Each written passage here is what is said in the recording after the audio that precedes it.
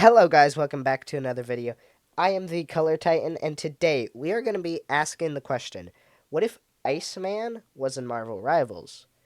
Now, Iceman is a very interesting case compared to my normal character concepts, which if you haven't watched, you should. There's some good ones there.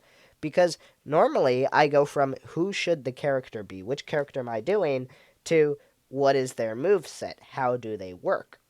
But in this case, I went from how is their move set to which character, which, as you'll see in a second, made for a very interesting healer. That's right, Iceman is a strategist, and I feel he'd be a strategist because if you look at most of the water-themed characters, like Luna Snow and Jeff, they are healers. In fact, the only exception I can think of is Namor. Now, to start off, better graphics, right? Cool. But either way, I'm going to let you peruse this page for a bit. I'm going to go over it in a second, but this is just if you want any extra details, here they are. Now, we are actually going to start off with his passive, because that is what his whole kit is based around. And he actually has two passives. To start off with, wherever he goes, he leaves behind an ice bridge that slowly decays. So over time, the ice bridge would kind of melt. And the ice bridge is really what's been the main focal point with Iceman in any piece of media I've seen with him. And what he can do with them is actually his next ability, which is he can glide with an ice bridge that only his team can walk on. So he glides and it leaves behind an ice bridge, and his team can walk on the ice bridge, but it decays a lot faster than the other ice bridge, kind of to balance it out. Either way, now we get to his primary. So for his primary, he shoots a projectile that deals damage, obviously. But if that projectile just so manages to hit an ice bridge, it sends healing through the ice bridge. I don't know how that would work, if it'd be it sends healing through the ice bridge and all connected to it. I don't know if it'd be sends healing in like a radius from the hit point, or however it'd work. But I think that is a really interesting concept because you could more or less heal your players from the other side of the map. Like, you could be at the spawn point, but as long as there's an ice bridge near the objective, you can kind of shoot the ground and start healing players near the ground. The one real problem with this is you have to have an ice bridge where you want to heal, because if you hit a teammate with it normally, nothing happens. They have to be an ice bridge, which is why he's a 4-star difficulty, because it's difficult to heal as him.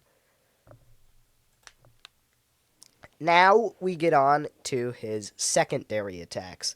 And to start off with, why don't we start with his secondary?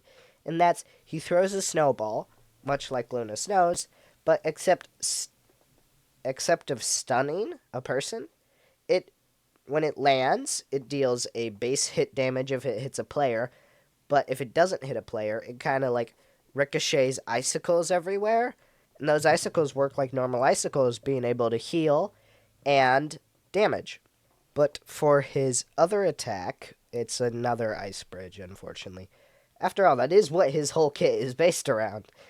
He sprints forward, leaving behind an ice bridge that decays a lot faster than his other ice bridges, but it makes enemies slip and slide and have less control. Think like the Thing's sprint, how he goes forward but he doesn't have much control to it. That would be the amount of control you have when you're on this ice bridge.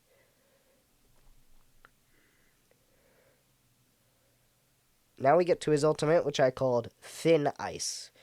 It creates a large area of ice bridge that sends a constant, repetitive, like, healing and stun through it.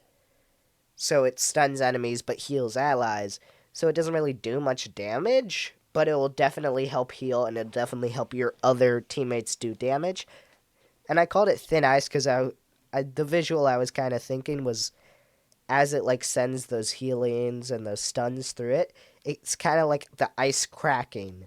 I don't know. I thought that'd just kind of be an interesting visual to see the ice crack as you help your teammates, and that's what sends like the waves of heals and stuns through it. Now we get on to team ups. And to start off with, Iceman has two team ups. I like to kind of think of as many team ups as I can, but the first one is pretty basic. I called it Icy Pop in reference to like popsicles and stuff, but also because the secondary is Luna Snow.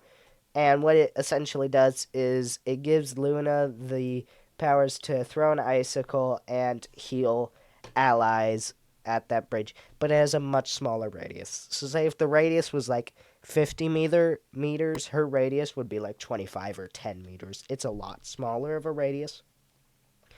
And his second team up ability actually has Storm as the anchor, and whenever he throws an ice ball, it summons a mini tornado that kind of moves around and deals damage. Not a lot of damage, but more than the base attack, so it would help you. Now we move to costumes, and there's not a lot of difference in Iceman in the comics and in the movies and all that. So, of course, we'd have his basic outfit, which I quite like this red and black and blue. I feel it's a nice color contrast.